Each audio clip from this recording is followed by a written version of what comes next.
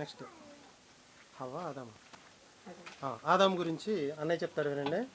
ఆదాము గురించి చెప్తాను, శ్రద్ధ కలిగి వినండి. ఒకసారి ఆగు అమ్మ. అన్నయ్య ఏమైనా చూసి చెప్తున్నాడు ఎక్కడన్నా?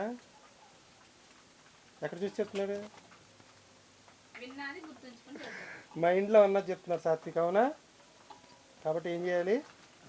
చూడకుండానే చెప్పాలి. Okay, right. ఆదాము మనిషికి పేరు పెట్టాడు, జంతువులకి, వృక్షాలకి. ఇప్పుడు సింహం అని మనం అంటున్నాం కదా, సింహాన్ని పేరు పెట్టింది ఎవరు? ఆదాము.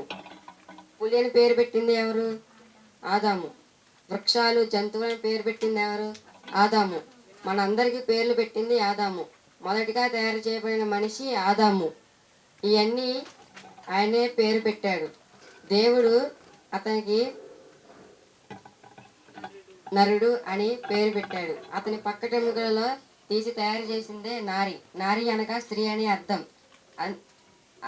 తనగా ఆమె తినద్దన పండు తినదు కాబట్టి ఆమెకు ఆదాము హవ్వ అని పేరు పెట్టాడు. ఇంకెవరున్నారు?